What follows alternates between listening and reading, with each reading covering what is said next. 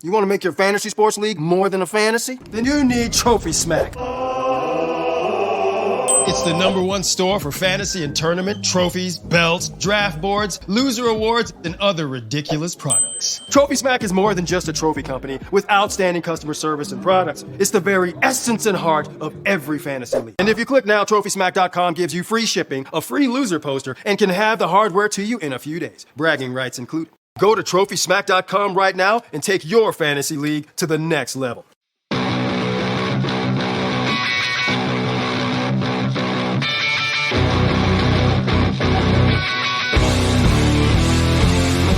Welcome to the Dynasty Happy Hour podcast. Pull up a chair and kick up your feet as you get ready to enjoy some of the industry's most entertaining and actionable Dynasty content on the planet. We're talking veterans, rookies, sleepers, and oh yeah, you know the crew has those dad jokes ready for you. So let's not wait any longer and bring on the host or some combination of Doug, James, and Tyler. Welcome into Dynasty Happy Hour. As always, we are brought to you by Fantasy Points. It is absolutely awesome. But before we talk about that, I don't want to get too far in front. I don't want to put the cart before the horse, as they say. I want to let you know about our YouTube channel. You can join us live on youtube.com, owned by Google, every Sunday night at 9 Eastern, 8 Central. So what we want you to do is drop a like and subscribe. Every YouTube video you've ever seen, it's drop a like and subscribe. It's no different here. So please check us out on YouTube, like, subscribe, use comments. We check them in the feed as we're podcasting. I don't because I'm hosting and it's more difficult for me.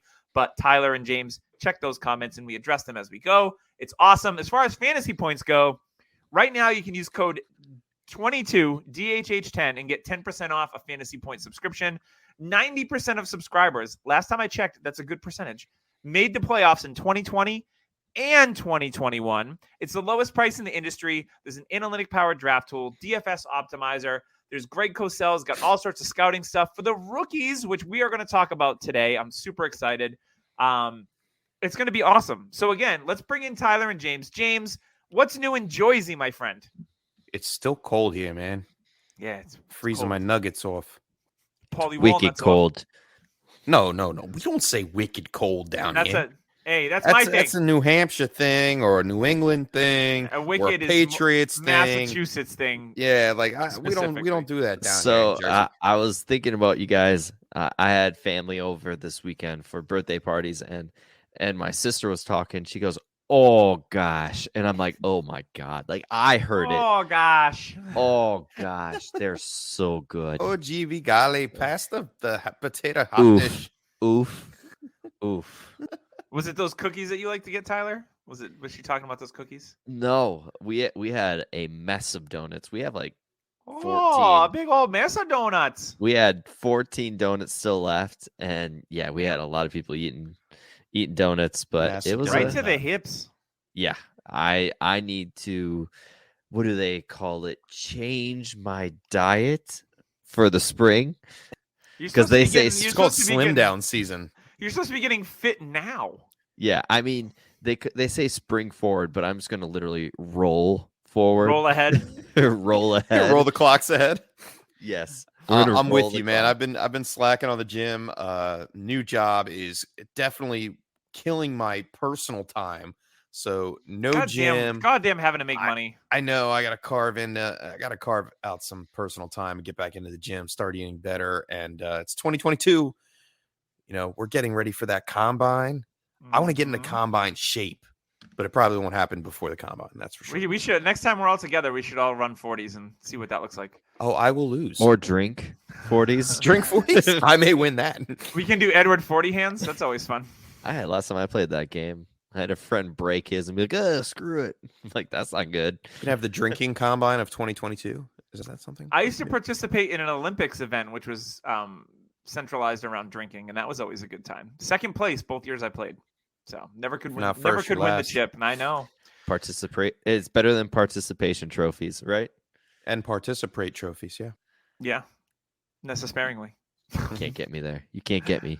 You won't. Can't trick me. You'll never catch me. All right, Step Brothers reference. All right, so news. We do have a little bit of news. There's not a ton going on. This is the calm before the storm. James, said it is Combine week, so we're all looking forward to that. Free agency opens up in just really a couple of weeks. So there's going to be some heating up, if you will, from the free agency market, which is going to be a lot of fun to cover here on the podcast. Aaron Rodgers this week, he broke up with his fiancee, Shailene Woodley, and did a cleanse of like hot mustard and sauerkraut or something. He's weird. It was weird. Yeah. So he ate like a Reuben and then I don't actually, you should go look at it because it's insane. I forgot what podcast. Some Thousand Island dressing. What podcast they're talking about, but sauce? like he literally would get diarrhea just to cleanse himself. I mean, if it works for him, if maybe it'll make my eyes extra bulgy. Tyler, we should do a 12-day cleanse, you and I, and see who loses more weight in 12 days. 12-day cleanse. Why can't I'll participate. Only Doritos. No, because you're in good shape already, Doug. Only I see Doritos. the biceps already in your arm. Yeah, you're wearing the cutoffs. It's only March. It's not even March yet, and you're wearing a sleeveless shirt. This is what I went to the gym in today, and I put them away, boys. Put them away. Lazy. It's a lazy Sunday over here. I think our cleanse should be only Doritos and Mountain Dew. They got that new hard Mountain Dew out in areas. Tennessee. Those spicy Doritos, they may help the cleansing process. One way. How about just Taco Bell then? Ooh. Never had it. Oh, shame. I love me some Taco Bell. So Aaron Rodgers cleansed. He said he's going to let the Packers know this week. There's rumors that he wants to be the highest paid quarterback ever. The Packers have been restructuring the crap out of all their deals. Aaron Jones, Bakhtiari, they've been restructuring a lot of big deals to clear cap room. So I think the Packers want to keep Aaron Rodgers and Devontae Adams intact just so they can get to the NFC Championship game again and lose. So facts. It's only facts. Yeah. I'm starting to think that Charles Woodson was more important to that Super Bowl team than Aaron Rodgers was. Is it just me? I don't think you're wrong. Man, I don't think I'm wrong. So keep an eye on Aaron Rodgers. I think he's going to re-sign with re-up with Green Bay. I don't think he's going to Denver and all that other stuff. We're starting to hear some, Russell Wilson, could he be gone? Is he going to Pittsburgh? It's rumor mill season, so don't believe everything you hear. That's all I'm saying. Same thing with free agency. As we get probably week to 10 days out, you're going to hear all sorts of chatter about teams are hot for one guy or the other. Calvin Ridley's going to get traded. This guy's going to get traded, and nothing happens. We see it every year, so don't get too jazzed up until there's actually pen to paper and guys are inking deals the day before or just after the deadline. Calvin Ridley just came out with a book, and it's Where in the World is Calvin Ridley? And written by Riley Ridley. You go through all. I don't know where my brother is, man. You go through all 32 teams in a book, and you got to find him wearing the striped shirt. It's a really cool book. Like a referee. But you know what? I'm going to give you guys a hint. He's not even in the book. Nobody's heard from him. He's not even in there. He's on the back cover by the barcode. You have to really, really look for him. Just give you the finger. Yeah. We talked about a lot of free agents last week with the conversations that we had about our buys last week. So check out that episode because that was some fire, guys. That was rehashing on that. It was great episode. But listen to this one first and like and subscribe. And like and subscribe on YouTube. Listen to next week's too. Yeah, get a jump on the 2022 season. All the weeks. Hey, before we get into our main topic of the Combine and a little draft action we're going to do tonight, I do want to talk about our longtime sponsor. Great guys, Matt and the guys at Trophy Smack are awesome. So they're sponsoring us yet again. Use code DHRING and get a free $60 value championship ring when you upgrade your trophy, and you get a belt, you get a trophy. There's all sorts of stuff on there, whether you play football, which is what we talk about, but there's fantasy hockey, there's basketball, maybe there's baseball this year. Who knows? Those divas are insufferable, and I hate them. Soccer, but you can even customize it for anything you want. So trophysmack.com, use code DHHRING at the checkout, and you will get that free $60 ring. And they also have stuff for losers because we can't all be winners, right? Like second place. If you want to buy yourself a second place trophy to commemorate the time you almost won, you can do that on Trophy Smack as well. All right. So we are getting into a single QB rookie mock this week. Tyler, we didn't talk about who's drafting what slots here. James, you go first. Oh, yay. Yay. Nobody really wants that 101. Put me on the spot early, why don't you? I mean, Can I just pretend it's a super flex league? I was talking to James a little bit, and I'm like, will it make that much of a difference? I'm just like, this is 2019 all over again. You have 3 running backs you don't know how to rank, how they had Jacobs, Montgomery, Miles Sanders. You have really good receiving prospects like A.J. Brown, then DK Metcalf, and so on. You just N'Keal Harry was in there. So that, I mean, if it's just like that, there's gonna be one. There's gonna be one. But it's not great.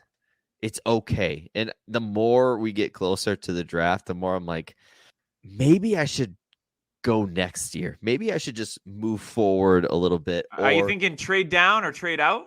I'm thinking trade out or trade for a player. I mean, a lot of these running backs remind us of David Montgomery. Why not go trade for David Montgomery, who's got, who's proved it on the field and will probably get a second contract with the Bears? I don't know. It's an interesting class. I do really like the top, and in Superflex drafts, I do think there's going to be value. But we're not talking about Superflex. We're talking about single quarterback. Nope. Cool. James, kick us off at the 101. And single quarterback, we're not taking quarterbacks first. I'm going to kick it off here with, now usually I would go running back, but like Tyler said, there's only like 2 or 3. And I think there's a little bit of a cliff when it comes to wide receiver, and I want to strike hard, strike fast, and I'm going to hit Treylon Burks from Arkansas as the wide receiver 1. Size, speed, physicality. He's going to have an immediate impact in year 1. Can beat the defenders off of every type of route. He's a jump ball beast. I want to see him run in the combine. I'm not so sure about his breakaway speed yet, but he's fast. He's fast. That boy's fast. But I really want to see when it comes down to the numbers and the second level. His focus is laser, and he's definitely someone I'm keeping an eye on in the combine. And my 101 here. Excellent. Who's going next, Tyler? You know what? I'm going to. Okay. I'm going to go next. I'm going to go with This would have been easier to prep if we knew this information. I'm going to go with my wide receiver 1 in Garrett Wilson. He's not the physical monster that Burks is, but he can jump through the roof. He's got hands, like solid. He's got 2 hands. He's got 2 of them. He knows how to use them. Advantage. He's got great hands. He can do everything. He's a great route runner. He knows the route tree. He can win after the catch. I think he is the one. Now, Treylon Burks, a lot of people are being like, oh, he's like A.J. Brown, but bigger. And that's what I see. I see a lot of DK mixed with A.J. Brown. So it's insane.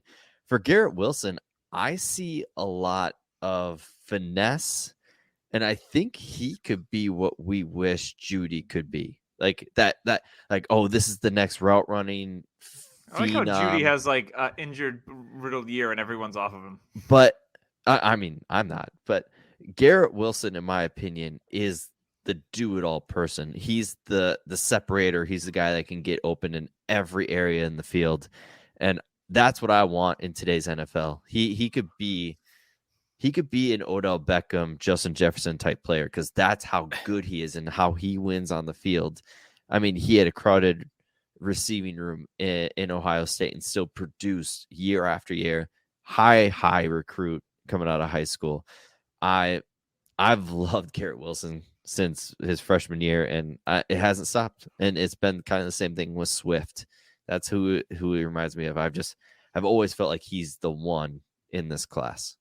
Fair enough. I like your conviction, and some of the words that you said are bold, but I appreciate them. So that means I go next. So I'm gonna be actually the caboose. James, you next. Yeah, I'm gonna be the caboose in this first round reversal. Ooh. We have a trade. So at the 103, I am going to take. We talked about David Montgomery. He went to Iowa State, didn't he? Yes. Did he go there? Oh, fancy that, because I'm going to take Breece Hall, running back from Iowa State. So the reason I like Hall, to me, is the clear-cut RB1 in this class. 23 total touchdowns in 2021 and 2020. The thing that really popped for me this year is going from 23 receptions to 36 receptions. That's a big benchmark in college football. If you can carry the ball 253 times and then get 36 receptions, usually that is an indicator that you can do it all at the next level. When you got Brock Purdy throwing you the ball, that's really good. And it's not very Purdy, if you know what I'm saying. It's not. Yes, I mean, putting in almost 1,800 total yards this year, and just really impressing on tape. There's no question in my mind that if Hall goes to a team, he will be their RB1. I think he could be the one running back in this class that could be a round 1 pick. If there is one, it could be him. If not, he will definitely be picked in the 2nd round. And if he goes to a spot, there are some running back needy teams. And now I know there's a ton of running backs in the league, but there's a ton of wide receivers in the league too. We are in one of the deepest talent pools that we've ever seen in the NFL. At skill positions, except for maybe, even quarterbacks decently deep, but running back, wide receiver, and tight end, it's crazy deep out there. But I think a guy like Breece Hall will have draft capital. He's got the college production. He can catch passes out of the backfield, and he scores a ton of touchdowns. It's what we want to see from a prospect coming out of college. So that's why I've got Hall as my RB1, and I'm happy to take him here at the 103. So I was watching tape on Hall the other day, and instantly when he broke a run, I'm like, there's somebody that he reminds me of. His running style and how he runs. And I'm sitting here and I just couldn't nail it. And I kept going back to a name. Now, a lot aren't going to like it, but he smashed at the end of the season, and it's Rashad Penny. Now, the reason is because Penny, when he breaks away, he doesn't look like he should be fast, but he is.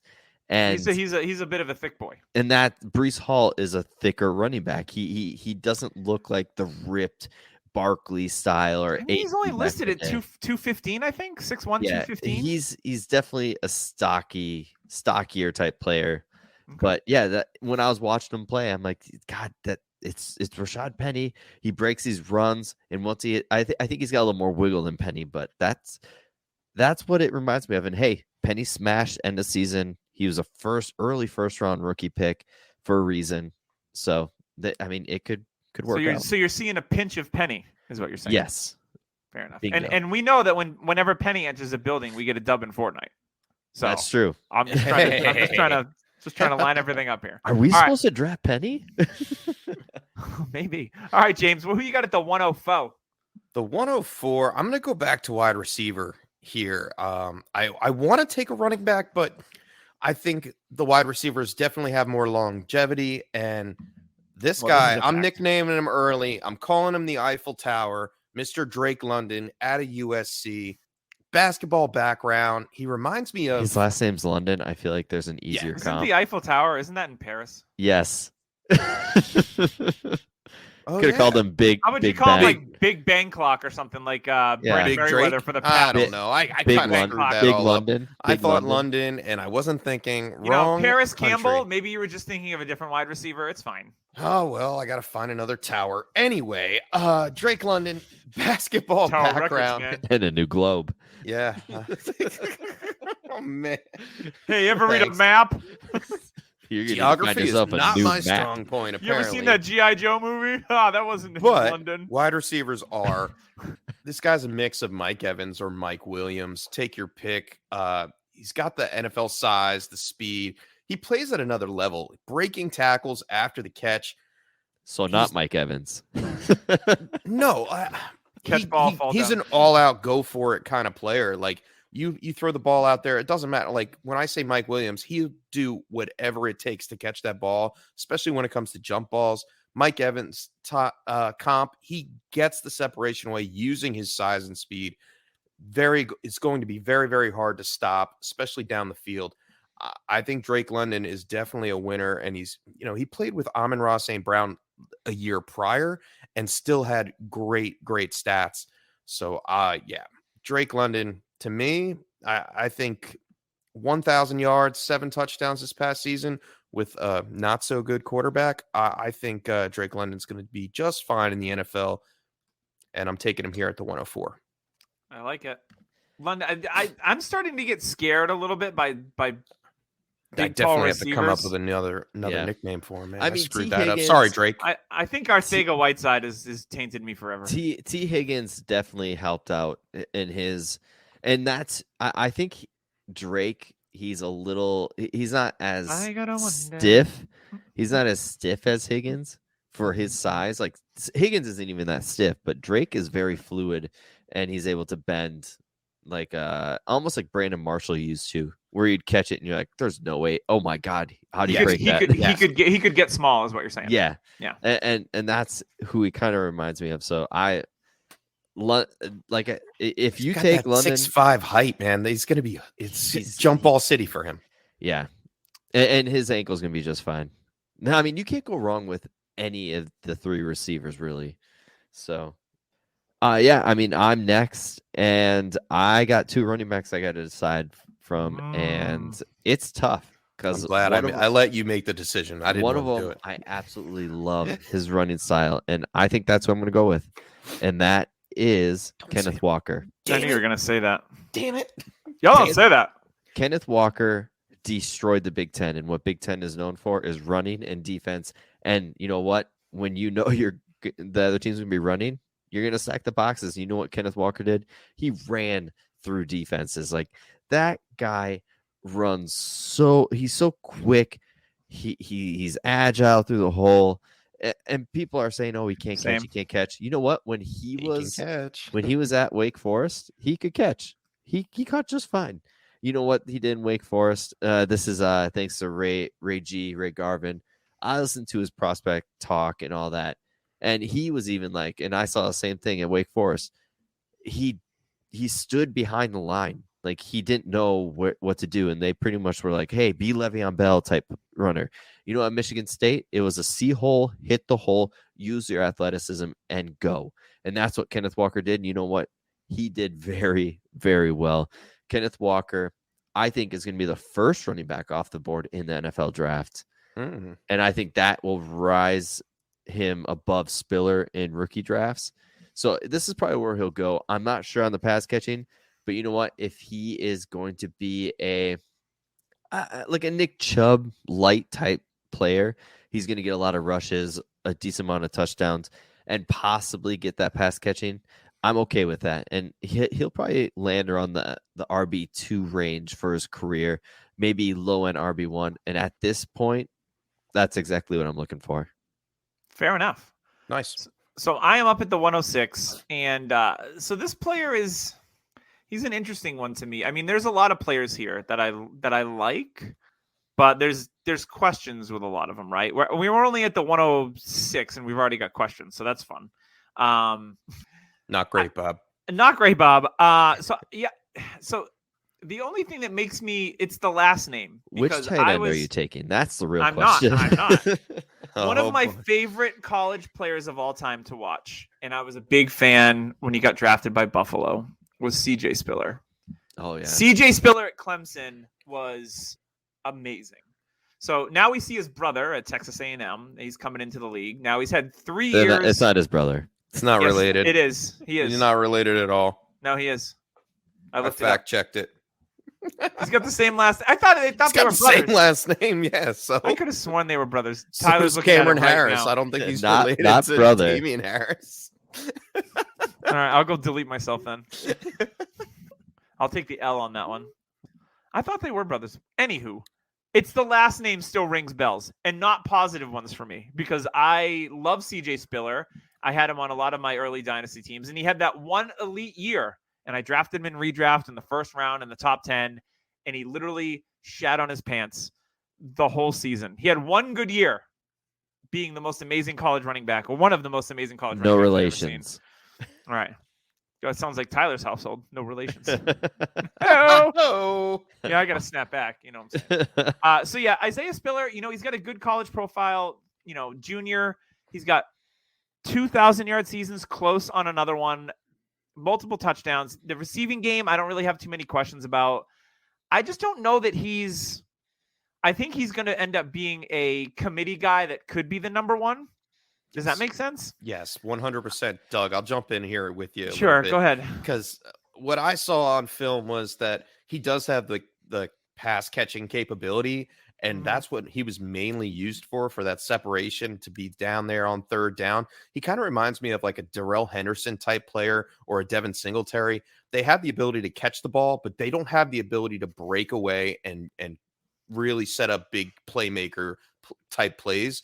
And I don't think Isaiah Spiller, like Kenneth Walker was my number 2. So I think Tyler hit the nail on the head. Kenneth Walker I'm a is little off Antoine of Walker's Isaiah brother, I think. So, James, going to what you're saying, Ray also has a quote where it's something along the line of you can be a back that can catch the ball, or you can be utilized as a weapon in the backfield. So there's the two differences, like you can catch, or you are actually, or you can utilized. be Austin Eckler. Yeah. Maybe like a James White. I could see Isaiah Spiller getting into like a James White type role. No way. Just catching the ball. Just catching the ball. He's not breaking away. James White's so good. No. So Spiller is more 10 of years a from now, rusher. he'll be James Spiller is a very good runner. Like that's the thing. His feet are super quick. He's quick in the hole. He's decisive, and he's very smart with running lanes. If one isn't progressing right, he's very smart at seeing another lane opening up and hitting it before or right when it is. So I think his vision is very underrated, and he's super young. Like he is 20 and he will be just around 21 when the NFL game starts. So those Javonte Williams vibes. He was very young last year. I could see like Javonte was angry at running. Yeah. But Spiller is so smooth. He's different. I don't think there's really a comp I have for him right now. He's just, makes sense. Yeah, he's gonna be a difference maker. I agree. So now we're up to James at the 107. And lucky now number 7. Now that everything's slowing down a little bit, like I'm gonna jump on Kyron Williams. Talk about a ball catcher and breakaway ability. I have him. I like him a little bit more than Spiller, believe it or not. He is 23 years old, which he'll probably be 24 in mid-season. So he's got 2 years left. He's got 2 years left. But he does have consecutive 1,000 yards, 1,000 yard games. Definitely catches the ball out of the backfield, can turn it upfield, is a playmaker, creates separation. I think he could be one of those guys that are kind of like a sleeping action. Like what pick are we on? The 107? Action. Yeah, sleeping action. He's gonna fall. He's gonna fall in it's a like lot an of action figure drafts. feature. Sleeping action. I think he's gonna fall a little bit more, or he could be the guy that actually picks up speed and draft capital in the combine. And this is one of the guys that I'm really going to be focusing on this upcoming weekend, because he does have the ability to be that full package. He can catch the ball and run through the tackles. Has a great out route that he can run. I'm loving. You're missing the biggest thing about him. What's that? His pass protection is insanely good. Oh well, he is the best pass blocking back in the whole entire group. The only issue is he's going to be 195. He's a little small, 200. But I like the small guys. I'm a small guy myself. But just a little tiny guy. He himself reminds me of like a kind of say it. He like you gonna say Dobbins? He's not Eckler. Dobbins? No, Dobbins is stronger. Okay, but Kyron to me is, if he gets anything in the open field, he has a chance to take it. Like all you saw at Notre Dame was 78-yard rush, a 90-yard. Like he was explosive in Notre Dame, and yeah, he's definitely going to be somebody who gets utilized as a pass catching back. If you're talking about James White, this could be James White. Like that's the type of player Kyron could be, and he's going to be a steal in super flex leagues as well. He's going to be one of those guys that drops into the second round. He'll be 202, 201, and you are just going to smash it. But the struggle is going to be there in super flex. He's not going to be the Keyshawn Vaughn and Trey Sermon of the last few years. He could be the one where you take and you didn't take that quarterback, and you're like, I should have went with what I always should do and take that quarterback. But in non-super flex, he's going to be a great late first selection. I like it. On to me, Tyler. Oh yeah, back to Tyler. For me, this is pretty easy, and I'm gonna take George Pickens. I heard he was the son of Carl Pickens. Is that correct? I mean, you might be right. No, George Pickens, huge guy, big recruit. He had an ACL injury, which, hey, you know what? ACLs aren't what they used to be. I'm not too worried about Pickens, but you know what? At this Pickens, I'm very happy to take him. So for me, George Pickens, late first rounder, big tall receiver. If you miss out on Drake London, I am going to be ecstatic to get Pickens later on. My sister made a comment, where's the Batman mask? So my son got a Batman mask from a card for his birthday, and she told me I should wear it. And I totally forgot. I mean, it's where's it at? I'm not fighting crime right now. I can't do it. I'm just Bruce Wayne. So debatable. For me, not handsome enough. I'm not that rich. That too. For me, Pickens this late, he's going to be an earlier draft pick in the NFL than people think. He's going to be a second rounder.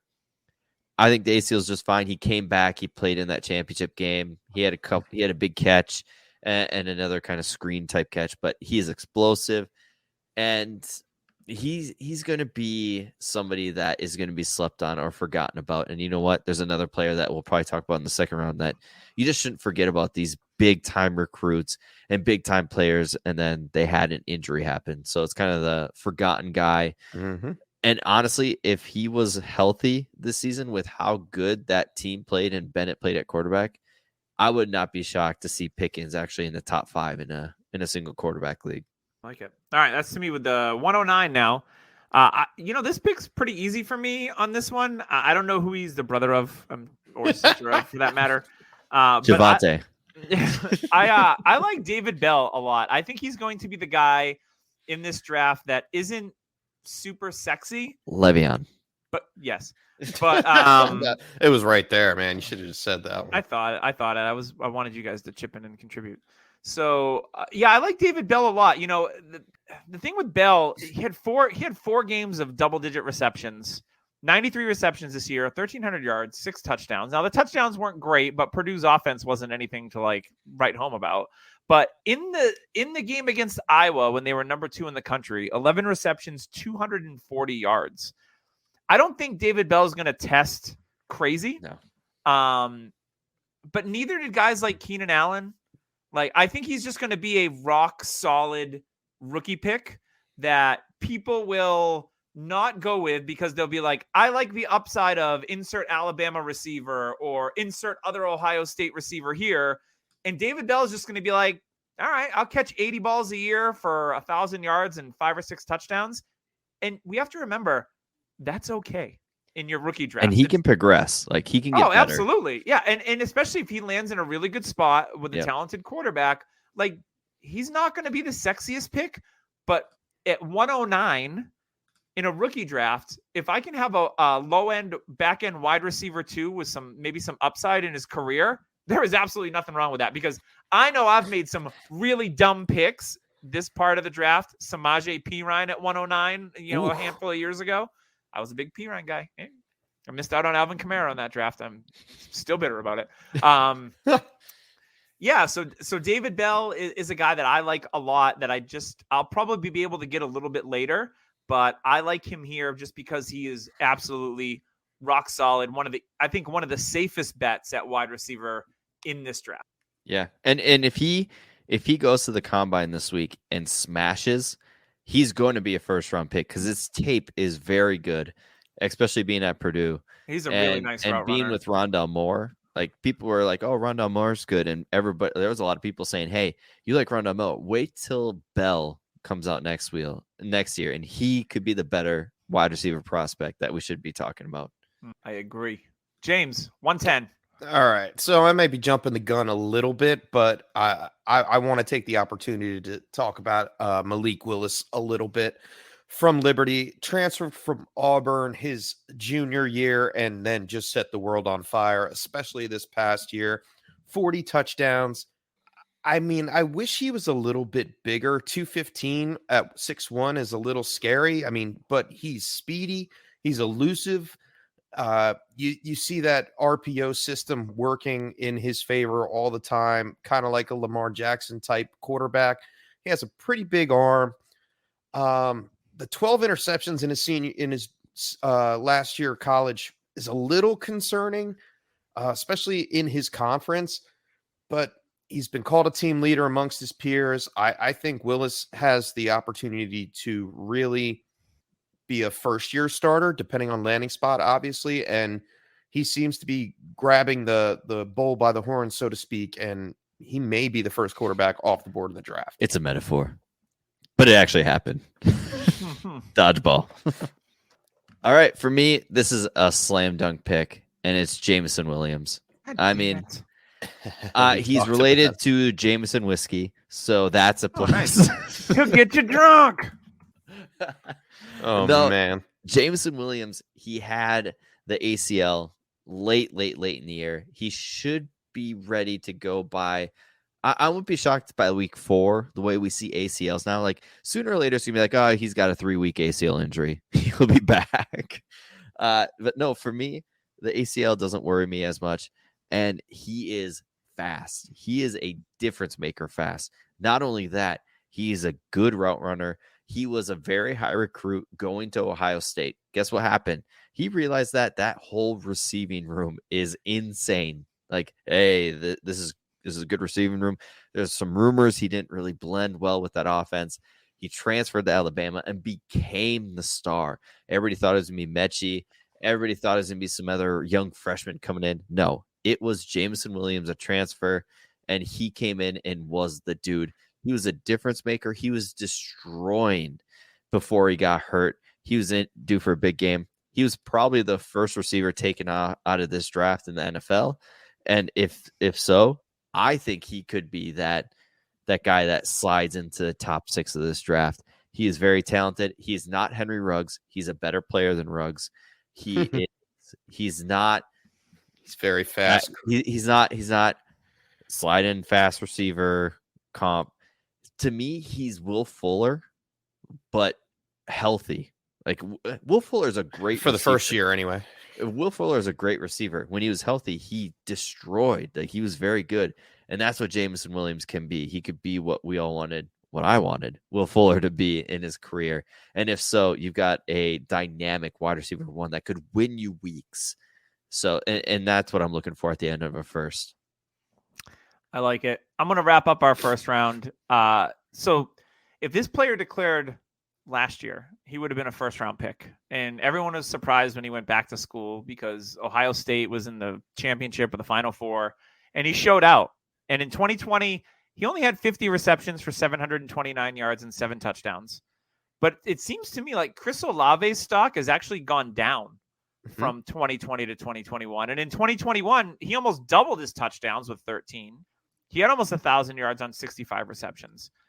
So at the end of the first round, to get a guy like Chris Olave, who I think could still be a first-round talent in the NFL draft, I think he needs to work on a little bit of his physicality, and he needs to bulk up a little bit. I think he's a little slight. He can do it at Ohio State because there's a lot of talent around him.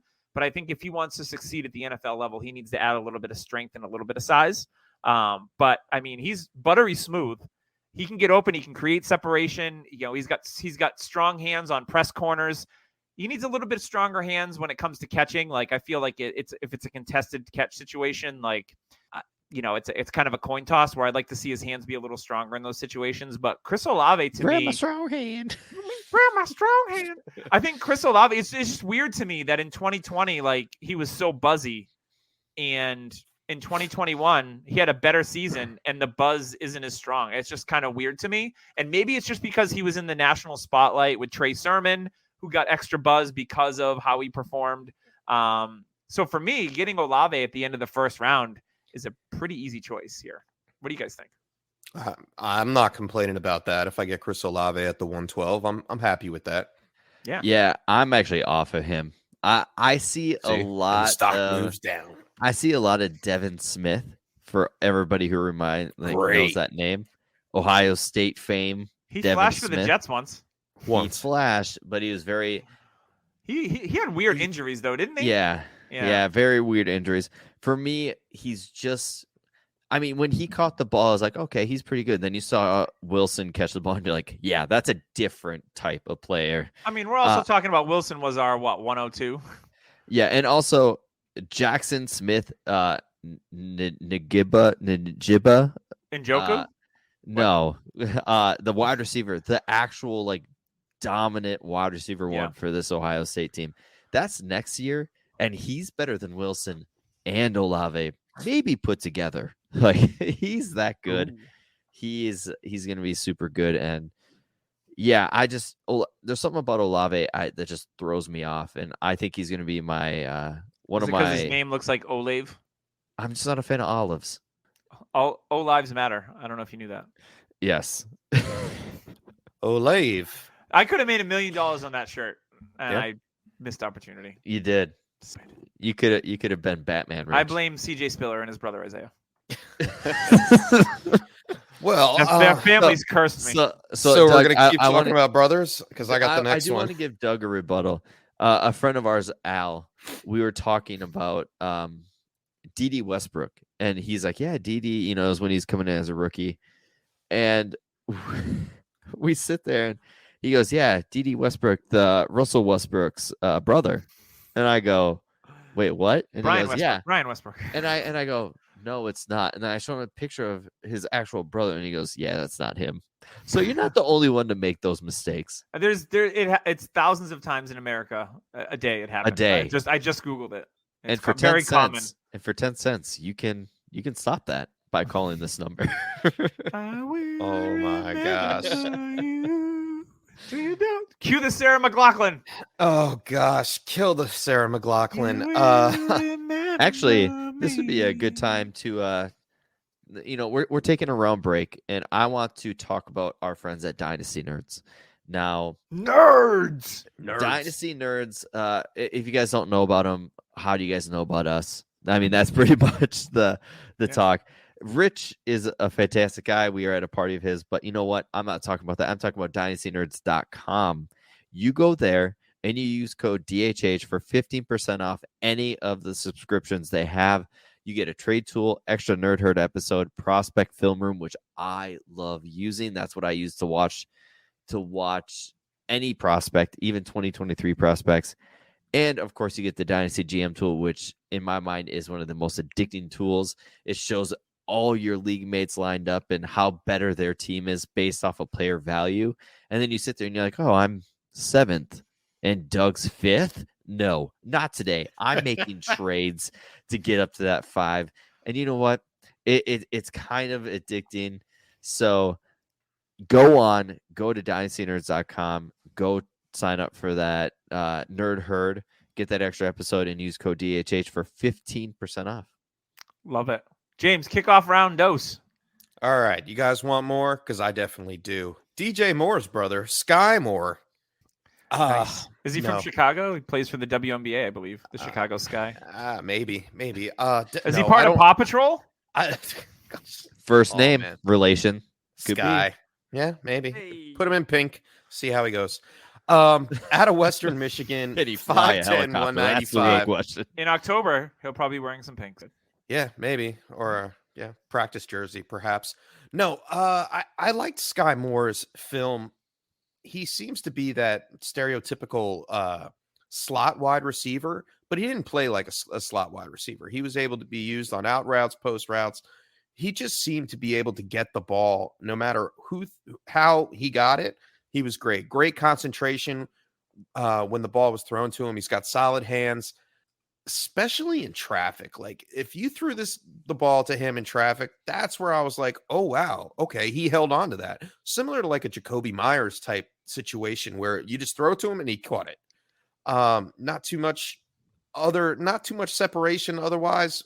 And that's why I have him listed right ahead of Chris Olave. He's my wide receiver 5. And to start off the second round, I don't have a problem taking Skye Moore here. Nice. The sky's the limit. Sky is the limit and more. So Tyler, who you got at the 202? So there's a lot of receivers later on this draft. So I'm going to go with one of my favorite running backs, and that's James Cook. You know who is his brother? You know who is his brother? Jared Cook. Right? It's Jared Cook, right? God. I know you're joking because we both love Dalvin Cook. Is it Case Cookus? It's the Cook who was quarterback for Michigan State. Remember him? Connor Cook. Connor Cook. Got it. Oh man, too many cooks in the kitchen already. Too many cooks. No. Classic viral video, buddy. No, James Cook, phenomenal pass catcher. I actually, in one of my Campus to Canton leagues that I used to be a part of, and Pigs 3, which team I got rid of, but I have him in Pigs 2, Doug. Woo! Nice. I am all about James Cook. He's going to be on the slender side. If you miss out on Kyron Williams, he's a perfect backup plan because that is the type of player he is. He's very quick. He's subtle. He runs like his brother. You watch him on tape. He's thinner, but he runs like that. Like he can find a hole about 1 foot, and he's sliding through that thing and then taking off. Yes, he goes down usually off on first contact. He could get better at that with some training, but his pass catching is where it's at. The guy is a great pass catcher. He came out in high school as a third down back. That's what his whole entire thing was. It wasn't a running back. It was a pass catching back. And that's how he came out of high school. It's what he's known for. In my opinion, he should be used as like a slot receiver, running back style. New England would love this kid to be the next James White. He'd be perfect.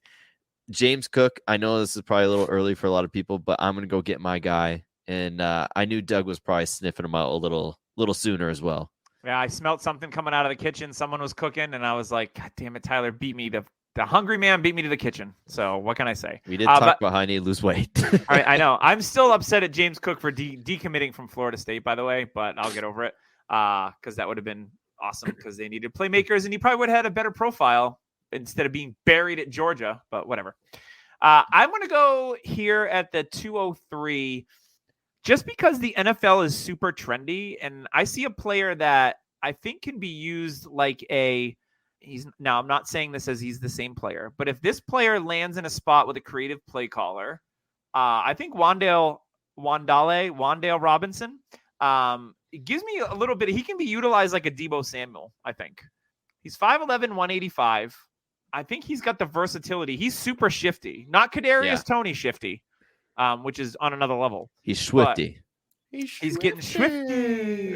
But he could definitely be a gadget guy, and I think that he could make some noise. And this one's kind of a little bit of landing spot dependent. If he goes to a team that just doesn't have a creative play caller, then that team drafted wrong to begin with.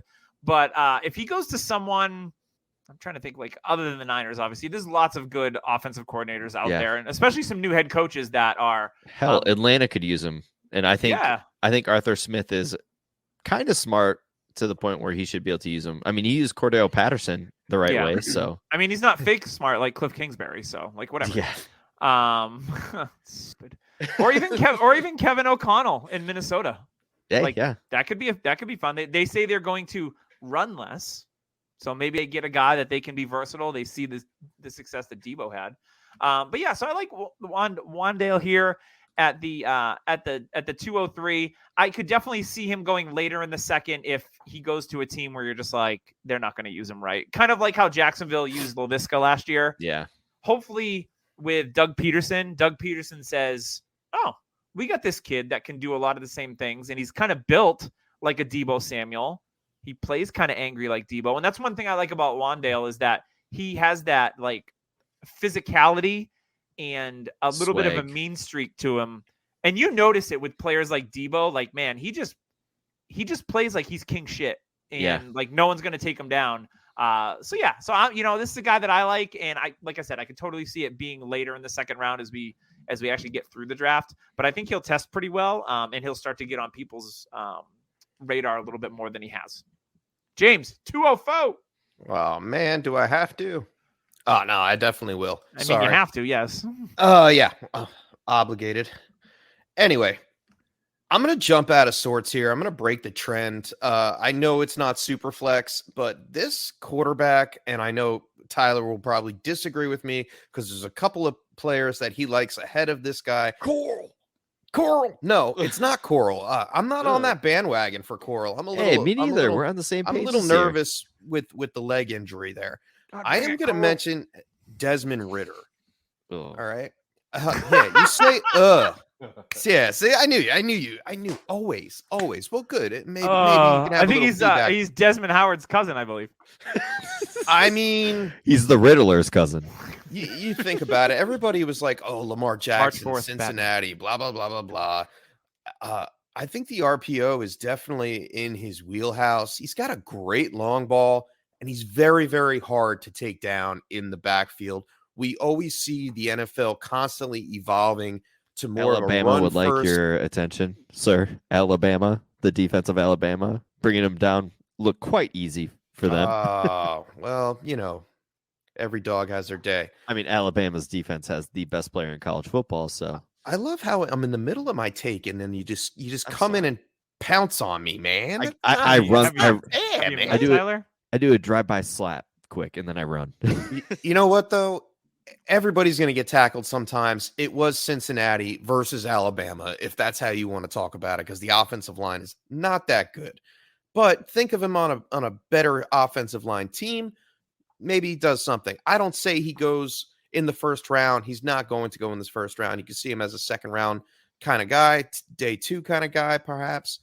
But he does have a lot of rushing upside. And if we learned anything out of rushing quarterbacks, they do hold fantasy value. So I'm looking to scoop him up in the second round and just stash him on my taxi slot. That's the way it's going to be. I think he does have breakout potential. And to get him in the second round, I'm all about it. I'm all for standing for your guy. I like that.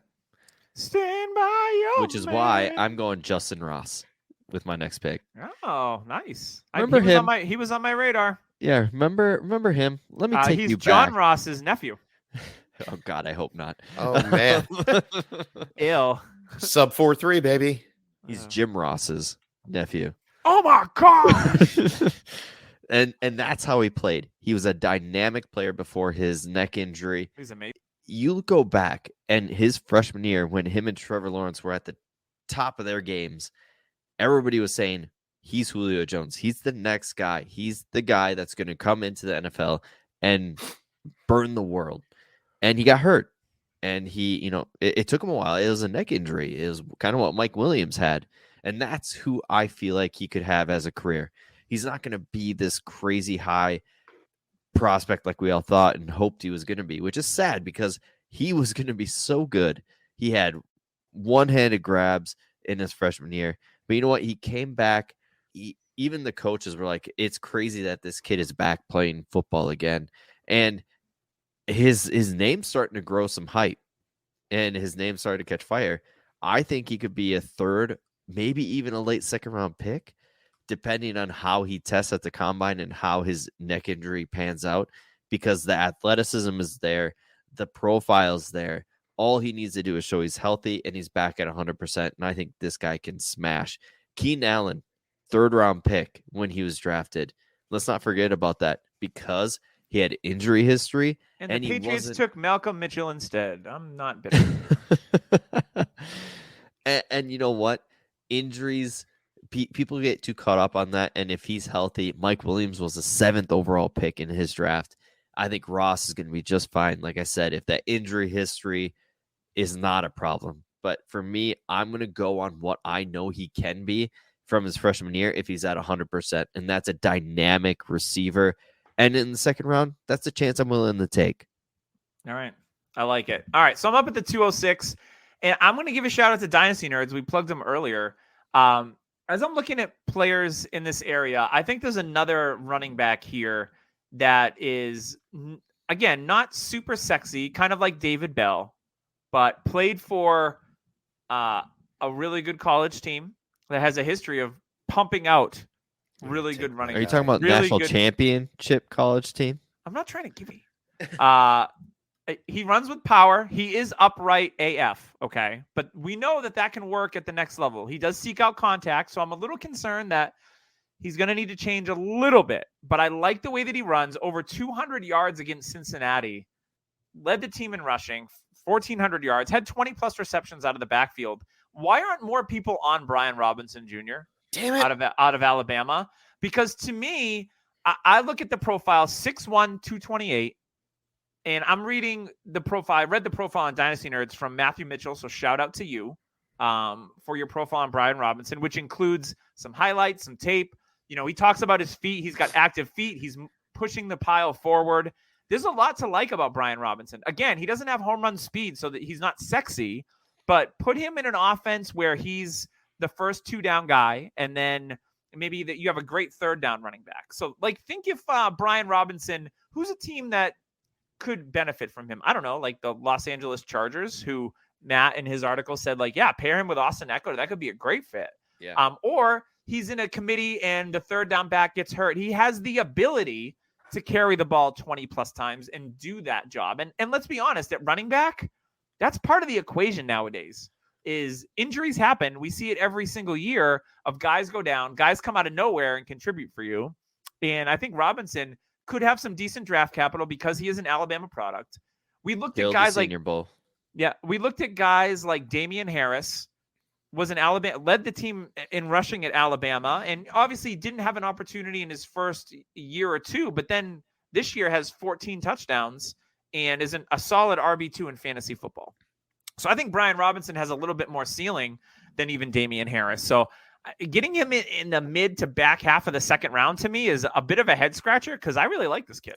James, you seem to like him because you're on the same wavelength here. Yeah, I was gonna take him actually. It's right there. It's the school. It's the pedigree of player that comes with that school. Big high school recruit. Little concerning that he had to wait his turn all the way through. Didn't really get a big boost until his last year. He's behind Najee. I mean, what are you going to do? Yeah, hey, exactly. But if he's better, who knows?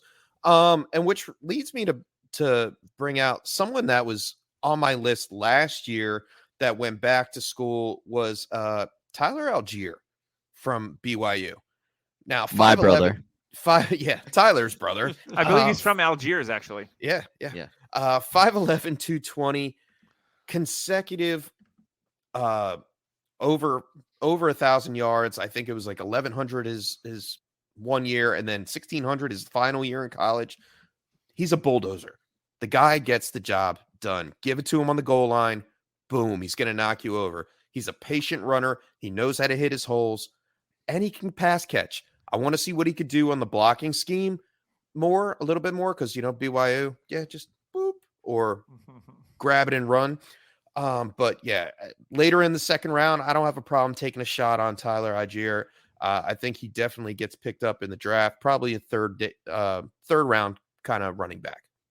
All right, I'm going to go next, and I'm going to stick with the running back position, and I'm going to go Cod White out of Arizona State, former linebacker, so he kind of knows the ins and out of running between the tackles, but what he's known for is his pass catching. He's smooth out of the backfield, and in my opinion, a lot of people like David Johnson. That's who he kind of reminds me of, like the same size. He's around 6'1", 6'2", the 215, 220.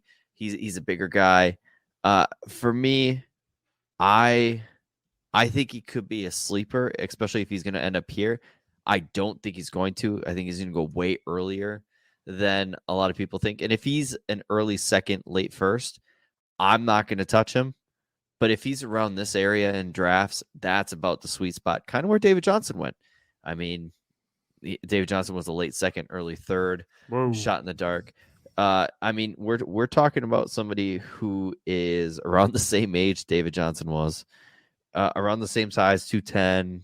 David Johnson was probably a little bigger, probably a little more athletic, but he's the same type of pass catcher. In my opinion, in today's NFL, he's a good running back for a lot of teams who needs a pass catcher, and he could grow into more.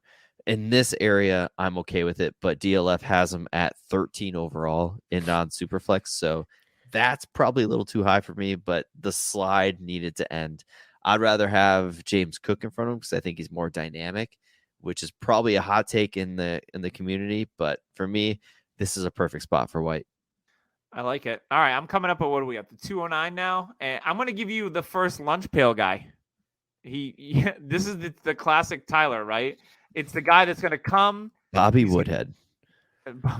Danny Woodhead. He's going to join a team and work his ass off. Kind of like we've seen in the past, a guy like Julian Edelman, Hunter Renfrow, guys that just come in, they get it, they work hard, and they become successful because of their work ethic and they're great teammates. I think it's Christian Watson out of North Dakota State. You look at the competition now. I know that North Dakota State is they win the championship every year. We saw Carson Wentz and Trey Lance come from there, but not really much else in terms of NFL prospects, right? But I think Christian Watson could change that. He's 6'5". He's really tall, 205. So he's a little slender. I'd like to see him bulk up a little bit. But it reminds me of a player, if he gets drafted in the 3rd or 4th round, that could have some upside that you draft and ends up being a really good player in the league. And at the end of the 2nd round, especially at the 209, I think this seems to be a theme with me. He's super solid, but I think there is some ceiling there too, because the way that he can run routes and the way that he produced in college. So Christian Watson to me is a very intriguing player, and I like him this late in the draft. He's an All-American first team. He went to the Senior Bowl. He looked pretty good there. He killed at the Senior Bowl. Yeah, he looked really good there. It's one of those things with him. I mean, if you look at some of his games, he only had 200-yard games, 7 touchdowns. So it's not like he blew people away. I just think that there's something about him as a player that he's going to be one of those guys that'll work his ass off, like we talked about. Even like a Keenan Allen, who just works on running routes and works on his hands, and he's solid. And I'll take that out of a guy like Christian Watson here at the 209. I think he's a fun wild card. Very nice. Nicely done. This is my last pick, huh? And I'm stuck, man. I don't really want to have a late 2nd rounder in 2022. It doesn't look great unless it's super flex. Sure. And I'm going to spoil the pie here and take another quarterback because I'm out of options. Really, I love this. Now, the strategy for this, I'm sorry to cut you off again. The strategy is if you hit on the quarterback here and he ends up a top 10, your value doubles or triples. Like you hit on value. Quarterback is an important position no matter what. And if you've got a star at quarterback and you got him in the late 2nd, like a Herbert back in the day, I got him at 301 in a single quarterback. I tried to trade back up in a single quarterback league to get Herbert, and I couldn't. Yeah, I got him at 301, and you know what? Everybody wants him, and I could get a bunch for him. So yeah, James is in the right area here. So we have Malik Willis off the board. We have Desmond Ridder off the board, correct? Is that the only 2? That is correct. All yours. All right. Well, throw the guy in from North Carolina, Sam Howell. Tyler, you and I talked about him a little bit pre-show, and there's a wide parameter of possibilities for Howell, but I think he does get his shot. 6'1", 220. He can run and pass. But most importantly, he looks to pass first. He keeps his head downfield, and only 9 interceptions with 35 total touchdowns. He could be the full package. He definitely could wind up going late 1st round. There are some teams out there that need a quarterback, and he has definitely been proven. I know we had a little bit of a slump with losing a lot of those playmakers in North Carolina from the 2020 season, but I think he makes up for it in the NFL. Definitely good draft pedigree, and I'll take a shot at Sam Howell, especially with the parameters that we talked about. Tyler, what was that? It was the floor of Baker Mayfield and the ceiling of Russell Wilson. Now, so wide range of possibilities, like we said. But I mean, even if he lands somewhere in the middle, I'm okay with that. Maybe like a Kirk Cousins. Or a Ryan Tannehill, I'm okay with that. I think he has that option. I think maybe Ryan Tannehill is actually a better comp altogether. I mean, he can run the ball when he needs to. He could definitely throw the ball and is accurate. Long ball looks good, is very decisive with his passes, and he protects the football, and that's what's going to get him on the NFL field. So, yeah, I have some faith that Sam Howell in the back half of the 2nd round. All right, Tyler, you're at the 211. Oh, I love that. And I want to go into depth about how much I really like Howell, but I will save it for our. I think I know who you're picking. Save it post-combine. Save it for post-combine. Yes. Yeah. Now, I've got 2 options here. I'm struggling big time to decide who I want. I love both players, but you know what? What value I'm going to get for a player if he hits, I'm going to go the running back. I mean, we all know running backs, if they hit, I'm going to go Zamir White out of Georgia. Nice. I'm gonna pair him with James Cook again. Why not? Hey. Zamir White was one of the highest rated running back prospects coming out in 24/7. He was a hot name. People were like, this is the next guy. He could be what Leonard Fournette needed to be. He's around the same size, 6'1", 220. He's a big dude, man.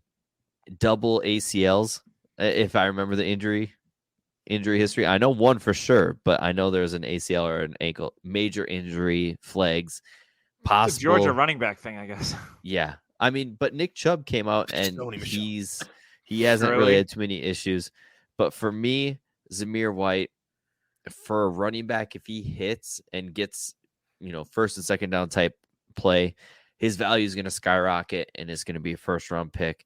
So for me, I'm going to go with the running back and the Georgia running back that has the recruiting stars, the athleticism. Hopefully it's still there after injuries, but he showed up pretty well this season. And they depended on him. He wasn't as explosive as we wished, but he still got it, I think, in his back pocket. All right. Well, I'm going to wrap us up, and it's going to be a very fitting player here because we all know I'm the tight end guy. Yeah, I was waiting for. I left him there for you. Thank you. I appreciate that. This is a really nice, like, low-key tight end class. I don't think it's going to be like 2017 or anything like that. But so Trey McBride, 90 receptions, 1,100 yards, only a single touchdown. Danny McBride's brother. Yeah, I love Pineapple Express. So such a good movie. I haven't watched the what is the HBO one, The Righteous Brothers. Eastbound and Righteous no, I've Gemstones? watched Eastbound. Righteous Gemstones. I need to watch It's that. funny. It's I need to definitely watch funny. that. I recommend it. Good so knee slapper. In 2020, only 22 receptions, but 4 touchdowns. 2019, 4 touchdowns on 45 receptions. 2021, 1 touchdown. I think a lot more people would be talking about Trey McBride if it was like, oh, he only scored 1 touchdown. But 90 receptions and 1,100 yards as a college tight end is pretty nice. He's the John Mackey Award winner. Reminds me a bit of a young Hunter Henry. Hunter Henry now is very different from the first couple of years of Hunter Henry when he was more athletic. And I see some of that in Trey McBride. I think he's somewhere between a Hunter Henry and an Austin Hooper, if that makes sense. Fair enough. So bad Hooper's, second contract. The second name you just said, I threw up in my mouth a little bit. but we remember that Austin Hooper was a tight end 1 in fantasy for a little bit, and then he got paid, and he's slowed down too, and he was never really super athletic, but he's a solid player. It also makes sense, Doug, the way you said it. Austin Hooper was hyper targeted in Atlanta, right? Yeah. You could say that. Trey McBride was hyper targeted in Colorado State. And if it does translate to the NFL, where he is the primary pass catching tight end, he's going to be very fantasy relevant and a good way to end the second round, I believe. Because if I would love to see him in like Tennessee, because I thought Fursker was going to be. Definitely need a tight end. I thought Fursker was going to be a guy, and I don't know what happened there. But they targeted Jeff Swaim and Michael Pruitt, I think. I don't even know anymore. But I would love to see him, land in a space, even like Jacksonville. Indianapolis. Kylan Granson, but Dan Arnold is not like a spring chicken. But if Trey McBride landed in a bunch of those spots, at the end of the second round, I think he's the clear-cut tight end 1 in this class, to me anyway. So taking him at the end of the second round, I'm perfectly good with. And in tight end premium leagues, I don't think you're going to have to really move much further up to get him either, because tight end premium and superflex leagues are usually married together. So I think you'll be able to get him end of second, early third round in those leagues too. So I like that a lot this year for him. Yeah, I put him anywhere between the 208 and the 212 usually. Yeah. Now, can I give the name I was debating on? Yeah, sure. John Mechie. I thought about him too. He was a name. Interesting. I have him in picks too. He's going to be a great wide receiver 2 for a team. Or is he going to be a slot guy? Do you think? I think he could play on the outside, but for me, he had a late ACL injury, a later one. I don't think it's going to be a big deal. Like I said, he's still super young. He is savvy, and honestly, I think he could be a Gabe Davis type player. He's faster than people think. He's savvy. He's going to be a later pick, maybe late day 2, early day 3. And I think people are going to sleep on him. So a third round pick for Mechie is exactly what I want. Because if he was healthy the whole season, he was giving Jameson Williams a run for his money. Yeah, I think he'd be more mid to high second. Yeah. I got one honorable mention if you want to just come in here. I think it's going to be a sleeper. And Tyler, I mentioned this guy to you, and you were like, who? And I'm like, yeah, Dontario Drummond from Ole Miss. Now, Andre Drummond's brother. Good boxing out type receiver. Yeah.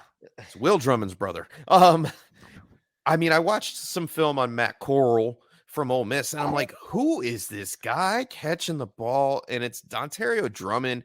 Now, if he falls, and he most likely will fall into the third round, probably mid third, maybe even the early fourth round of your fantasy, your dynasty drafts, your rookie drafts. I like him as a dart throw. The guy has some skills. He has the physique, and he's going to be my sleeper here this year. I'm going to watch more film on him, but I'm on him. I'm on that drum. I'm banging the drumming. Dante Moncrief. Somebody posted on Twitter, what was your worst fantasy take? And I said it was planting my flag on Moncrief and hanging on to the flag for dear life. Tyler, mine was JJ Arcega-Whiteside. Oh, so the three of us are spooning on the Moncrief Arcega-Whiteside hill that we just died on. Yeah. It is this volcanic molten. Drummond is not like Pompeii. Arcega-Whiteside. It's got a little bit more It's meat on the Pompeii. bones. All right. Either that or we're just Icarus and we're just flying directly into the sun. So the volcano happened and I was about to hit the draft button on Arcega-Whiteside in all my leagues, and then I was just turned to ash. It was bad. I've got a name for you. My sleeper is Sincere McCormick, just because he has a cool name. That's all. Yeah.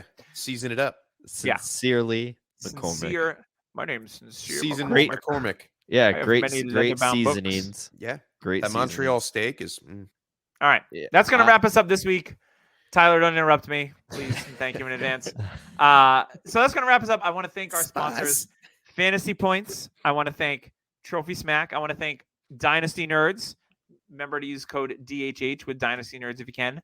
We also have some great swag if you're looking for hats, sweatshirts, T-shirts, all very comfortable, all fit you really, really nicely, even fit better when we do this cleanse, right, boys? Go on Verdian Global. Check those out. We've got lots of awesome things going on at the Dynasty Happy Hour. So thank you for listening. If you listen to us through Apple iTunes, make sure you leave a review and a rating for us. It'll help us elevate us when people search Dynasty or Fantasy Football. So that would be much appreciated.